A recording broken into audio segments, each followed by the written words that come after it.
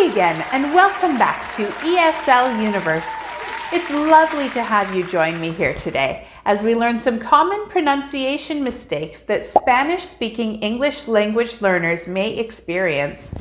Because there are many pronunciation challenges when learning English as a Spanish speaker, I'm going to split this video into two parts.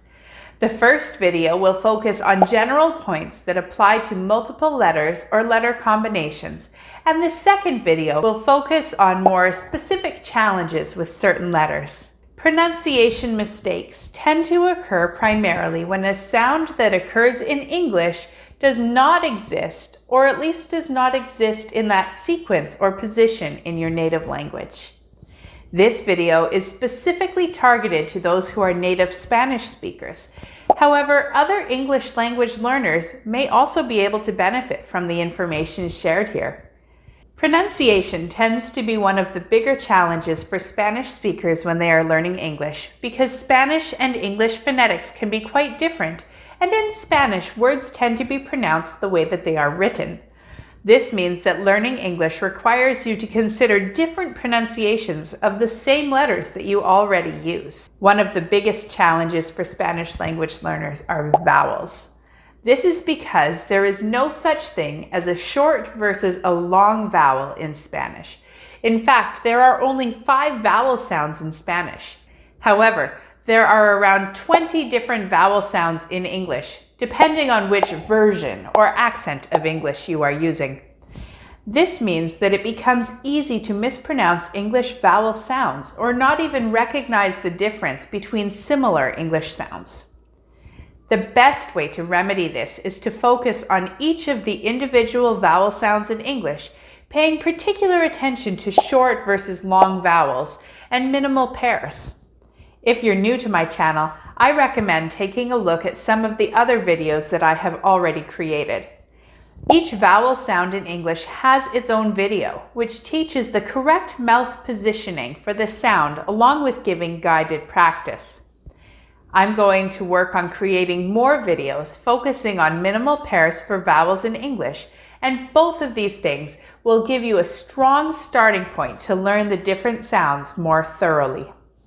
You can watch the videos several times, but once you know the difference, it is more important to pronounce the sounds correctly on your own. Slow down your speech to get the pronunciation correct, and as you do this, the new vowel sounds will slowly start to become more natural. Consonant dropping at the end of words is also a challenge for many Spanish speakers. This happens when there are 2 or more consonants together at the end of a word, and the last letter is omitted from speech. For example, saying mine instead of mind, or text instead of text. This often happens with words that end in the T or D sound, such as with ed endings, because consonant clusters don't occur at the end of words in Spanish. One way to resolve this issue is to try to link words in a sentence just like native speakers do, by moving the last sound onto the next word. For example, breakfast is ready can be pronounced breakfast tis ready. This can help you ensure that you are not missing an important component of the words you are trying to use. And when you're speaking quickly, you don't notice that you've moved one of the sounds onto the next word. Breakfast is ready. There are a couple of consonant sound pairs that do not have a distinction between them in Spanish, yet in English there is a smoother sound and a more explosive sound.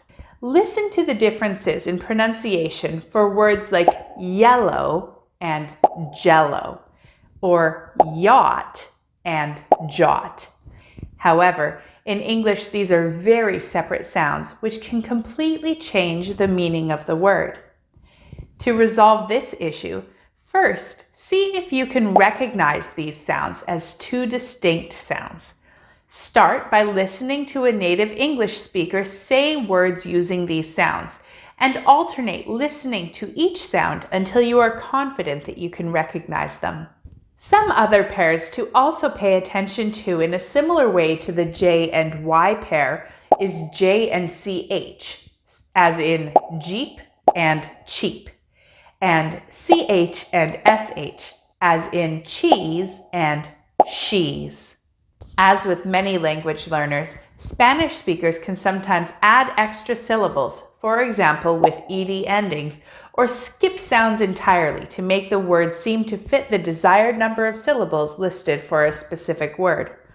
For example, a challenging English word like fifths may be pronounced as fists because it can be hard to put so many consonant sounds together without a vowel to break up the sounds. In part, this may happen because there is a large amount of overlap in vocabulary between Spanish and English. However, even if a word is spelt in a very similar way, the pronunciation can actually still be quite different.